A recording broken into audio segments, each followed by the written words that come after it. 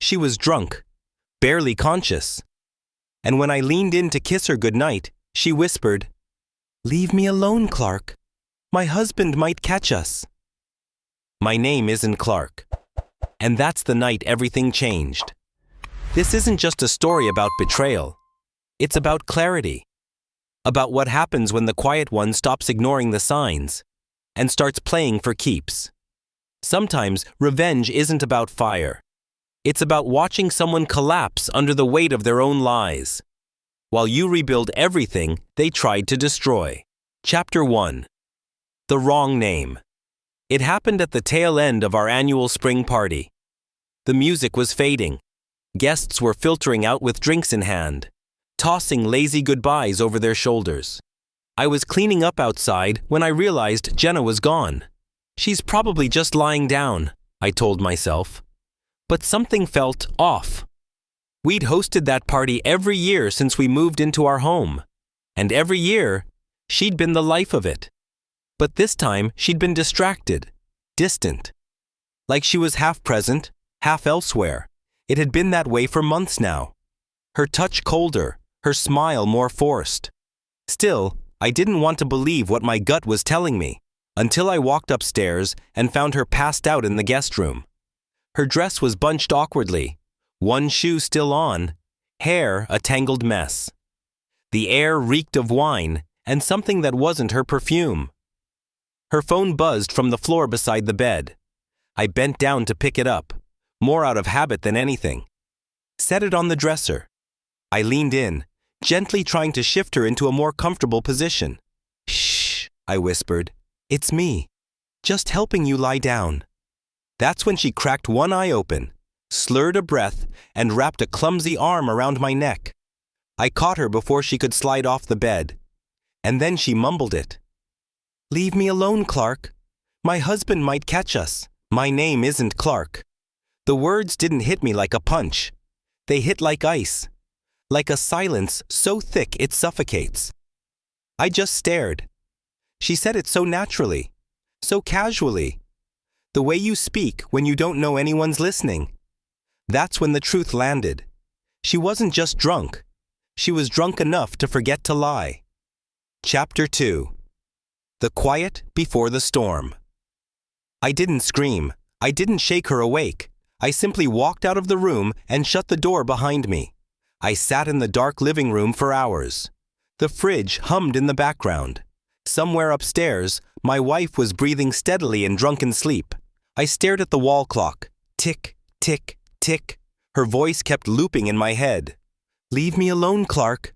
My husband might catch us." She hadn't been afraid of being caught by me.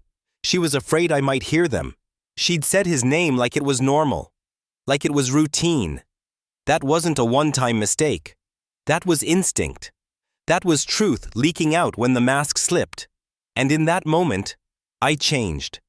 The man I'd been, the forgiving one, the patient one, he died on that couch. I didn't go to bed that night. I didn't sleep. Instead, I planned. Chapter 3. The Burn File. The next morning, she woke up hungover. Eyes puffy, movements clumsy, voice groggy. "How'd I get to bed?"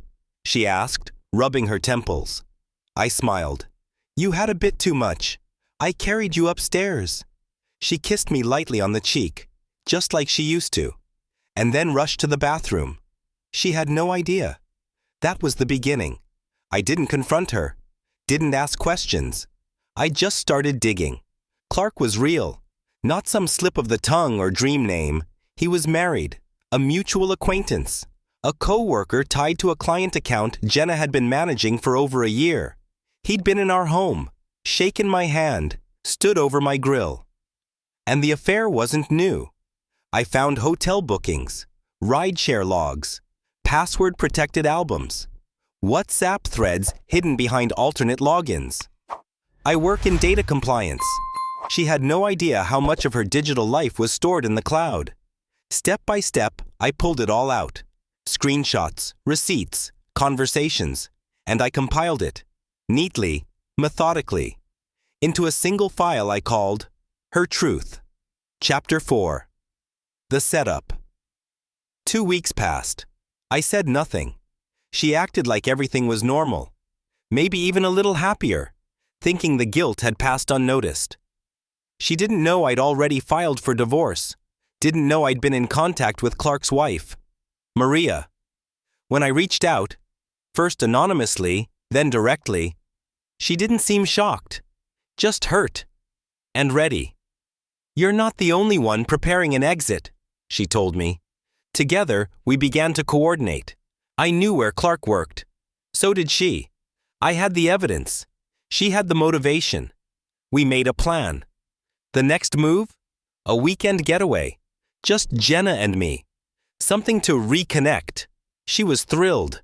"You're really trying," she smiled. I smiled back. Always. She had no idea. The cabin had been outfitted with motion-triggered audio recorders, a two-way mirror, and cameras linked to a private drive. And when I sent a message from Jenna's burner phone, the one she used for Clark, saying, "He's away. Just one night.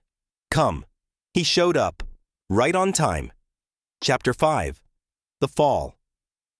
I watched from the guest cabin.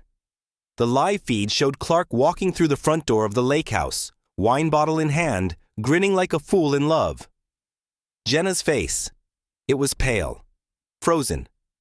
"Clark, what are you doing here?" He looked confused. "Didn't you text me?" She spun, eyes scanning the room, already panicking. That's when I pressed play. My voice, calm, steady, echoed from the ceiling speakers. "Hey, Clark." "Jenna, welcome to the last night you get to lie without consequence." She screamed. He froze. I didn't need to barge in. I didn't need to yell, because every angle of that room was covered, and every second was being uploaded. The next morning, the footage was delivered. To HR at Jenna's company. To Clark's. To Maria. To Jenna's sister. To every friend who ever told me I was too soft, she texted. "I can explain. It's not what it looks like. Please, just talk to me." I didn't reply. Instead, I emailed Clark the pre-drafted workplace complaint. And Maria filed for divorce. Chapter 6. The Rebuild. The fallout came fast. Clark was walked out of his office within 72 hours. Archived texts, flagged expenses, a silent HR handshake.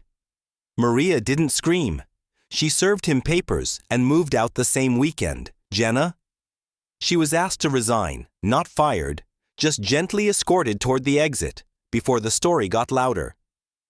She tried to control the narrative, said I was bitter, said I manipulated her, said I'd set her up. But facts don't care about spin. The evidence was there, the timeline, the receipts, the voices, the truth. She lost everything, the job, the respect, the friends who once defended her. Our divorce finalized in silence. She didn't contest it. She couldn't. The prenup she once joked about saved everything I'd built. I kept the house, the car, the company. She left with barely enough to rent in a part of town she used to scoff at. The last time I saw her was in mediation. She didn't speak, didn't even look at me. I slid an envelope across the table. Inside, a printed screenshot of her whispering Clark's name in our bedroom. She didn't open it. She didn't need to. I walked out, and I never looked back. I rebuilt, slowly, quietly, better. Therapy, sleep, friends I'd forgotten to call, books I'd left unread. Eventually, I started seeing someone who knew the whole story. And when I told her everything, she looked me in the eyes and said, "She didn't break you. She revealed you." And I believed her. Because the truth is, the best revenge isn't rage. It's clarity. It's walking away from the fire, while they burn in it alone. The end.